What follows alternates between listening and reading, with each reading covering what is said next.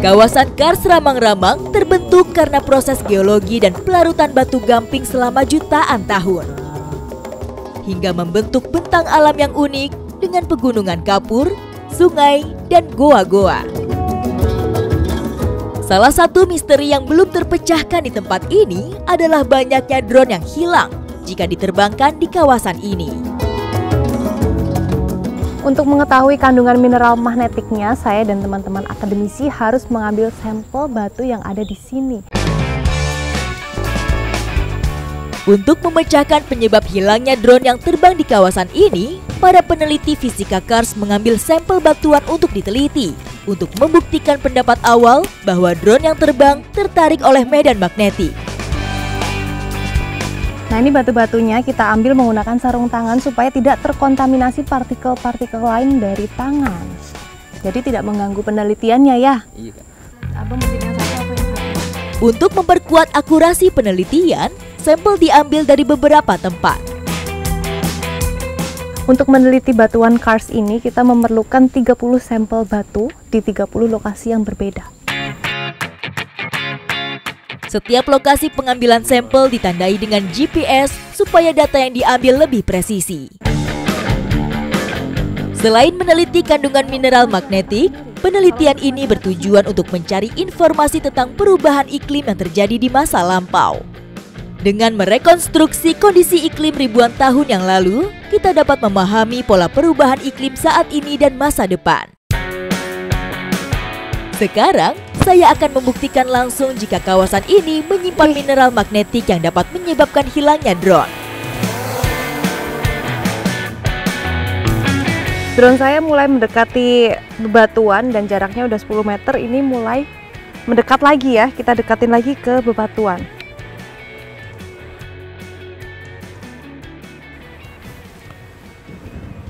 Bisa dipengaruhi oleh medan magnet sini. Dan ini saya mulai tidak bisa mengontrol, tidak bisa mengendalikan drone-nya. Dari data yang ada, terlihat kompas dan navigasi drone menunjukkan anomali setelah mendekati dinding Kars. Hal ini mengindikasikan adanya gangguan magnetik yang kuat di lokasi ini.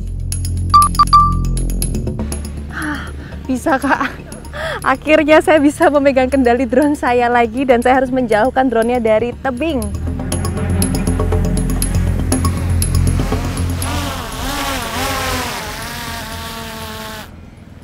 Penerbangan drone ini membuktikan bahwa kandungan mineral magnetik yang ada di bukit ini tinggi. Dan itu juga mengacaukan kompas dari drone ini. Menurut para peneliti, mineral magnetik yang terdistribusi secara tidak merata dalam batuan Kars dapat menghasilkan medan magnet yang mengganggu kompas atau navigasi drone. Jadi kandungan mineral magnetik batuan di sini itu tidak semuanya sama. Jadi gitu. Kan banyak kejadian serupa di sini, makanya saya melakukan penelitian ini. Ini memberikan kewaspadaan bagi pariwisata ataupun masyarakat yang akan menerbangkan drone di sini. Makanya ini dibutuhkan penelitian lebih lanjut. Ramang-Ramang sekali lagi membuktikan sebagai laboratorium alam yang bisa terus diteliti untuk pengembangan ilmu pengetahuan dan manfaatnya bagi manusia.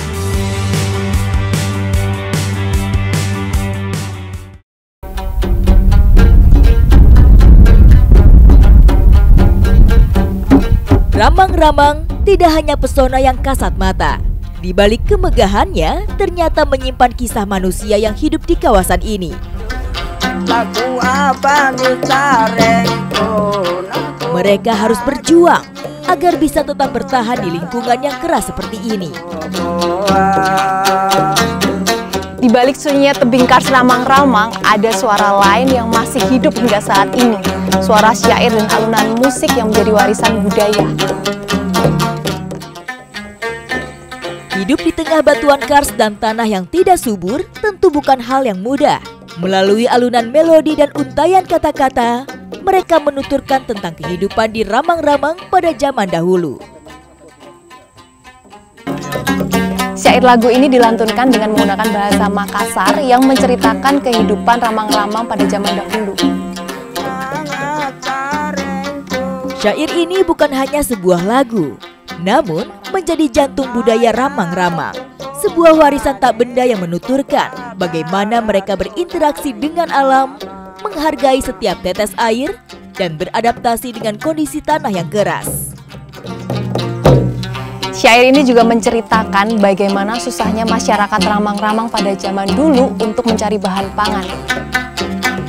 Dari sini, kita bisa memahami bahwa keindahan ramang-ramang bukan hanya terpancar dari bentuk geologisnya, namun juga kekuatan masyarakatnya dalam bertahan hidup dan mensyukuri setiap anugerah alam.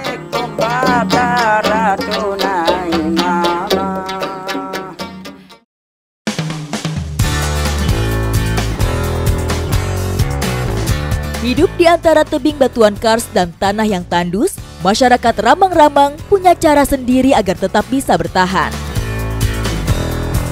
Setelah mendengarkan syair ramang-ramang yang menceritakan tentang kehidupan masyarakat di Kars Ramang-Ramang pada saat itu, sekarang saya akan membuktikan keberadaan si kapa yang menjadi sumber pangan bagi masyarakat di sini zaman dulu. Di antara batuan kars yang terjal, hidup salah satu jenis tumbuhan liar yang disebut si kapa, umbi yang biasa dikonsumsi masyarakat ramang-ramang sejak zaman nenek moyang mereka.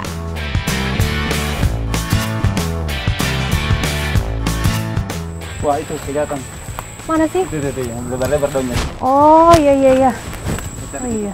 Ada buahnya. Jadi nyarinya tuh berdasarkan itu ya, bentuk daunnya ya. Kalau ada yang buat duri kemudian lebar-lebar daunnya. Oh. Ini hati-hati ya. Hati-hati karena durinya tuh banyak. Si kapa menjadi penopang hidup masyarakat ramang-ramang secara turun-temurun. Jadi si kapa ini merupakan umbi-umbian yang hidup dengan liar di dekat-dekat bebatuan kars.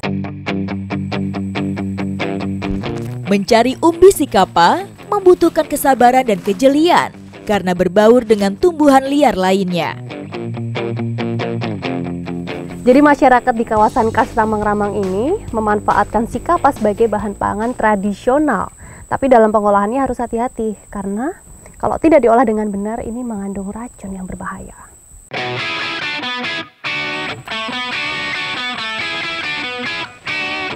Bentuk si kapa yang tidak beraturan memang tidak seperti umbi-umbian pada umumnya. Saya nggak ngebayangin masyarakat Kars Ramang-Ramang zaman dulu berarti mencari si kapa ini di tempat yang seperti ini, Bang. Iya. Iya ya, nggak zaman dulu. Sampai sekarang pun masyarakat juga masih menggunakan si kapa ini sebagai bahan pangan. Semutnya banyak banget. Dan gigitan semutnya nih lumayan panas. Dia semutnya ngamuk, sarangnya dirusak. Dapat, Bang. Itu besar banget. Tapi gak ada semutnya nih, Bang, aman. Aman. Enggak ada. Aman. Aduh. Wah, kalau ini ukurannya monster. Ini kenapa si kapanya ukurannya bisa sebesar ini? Karena tubuhnya di tanah yang tebal dan agak jauh dari bebatuan kars. Tapi lokasinya benar-benar di bibir jurang. Tuh, dalam banget, makanya harus hati-hati. Wih, masih ada, Bang? Mencari si kapa di lereng batuan kars adalah salah satu seni bertahan hidup ala masyarakat ramang-ramang. Bisa. Waduh, besar banget. Ini mungkin gambaran si kapa di daerah lain ukurannya segini ya. Kalau di daerah sini jarang banget ada yang ukurannya sebesar ini. Ini kita berarti beruntung ya, Bang. Beruntung, berat banget.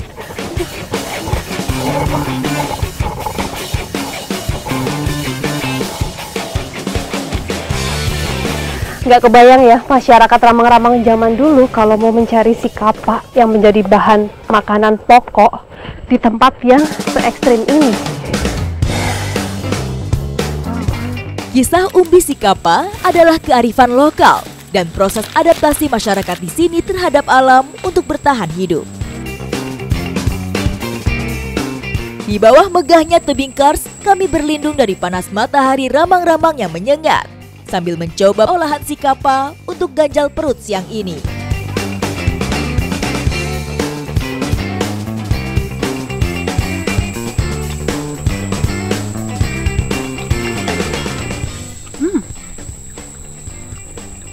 Kalau sikapanya sendiri nggak ada rasanya, tapi karena dicampur sama garam dan juga parutan kelapa, jadi agak asin dan gurih. Ditambah ini ikan asin ya bang? Iya betul. Oh bukan garam, bukan garam tapi ikan asin.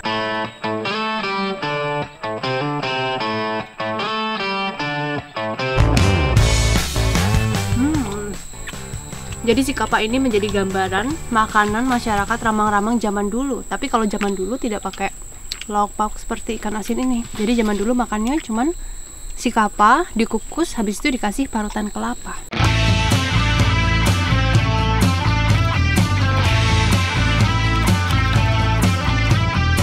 Ini sudah dicuci. Dicuci berapa kali tuh bang? Berkali-kali. Sampai bening airnya ya?